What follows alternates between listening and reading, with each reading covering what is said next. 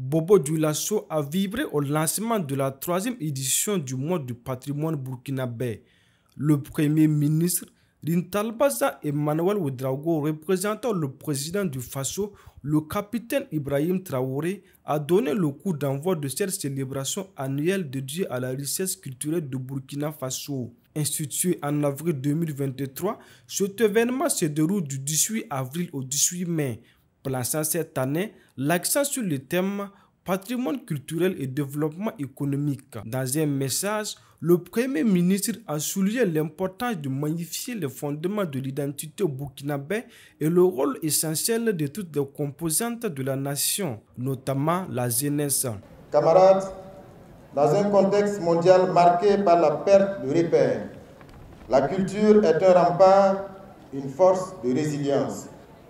Valoriser notre patrimoine, c'est résister, c'est nous affirmer, c'est bâtir l'unité et préparer une place respectable dans le concert des nations pour les générations futures. Je lance alors un appel à toutes les forces vives de la nation.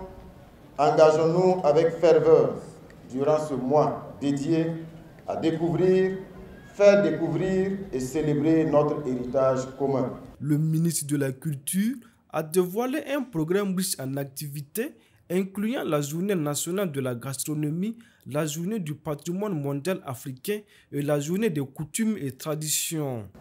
Au programme de cette édition, il est prévu, entre autres, une séance de montée des couleurs, suivie d'une lecture du message du président du Faso, demain 18 avril dans toutes les régions.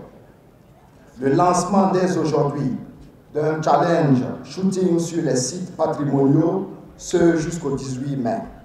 La célébration de la journée du patrimoine mondial africain le 5 mai à venir. La célébration anticipée de la journée internationale des archives le 9 mai. La célébration de la journée des coutumes et traditions le 15 mai. L'organisation de la journée nationale de promotion de la gastronomie burkinabé le 16 mai. L'installation de nouveaux ambassadeurs du patrimoine burkinabé au cours de cette cérémonie. 6 personnalités ont été honorées en tant qu'ambassadeurs de cette édition, parmi lesquelles Dani Kouyaté, réalisateur primé à l'étalon d'or du FESPACO 2025, qui a également été élevé au rang d'officier de l'ordre de l'étalon. Bobo Dioulasso, la ville reconnue pour sa richesse culturelle, a été saluée et un engagement a été pris pour soutenir l'inscription du centre historique de Sia au patrimoine mondial de l'UNESCO.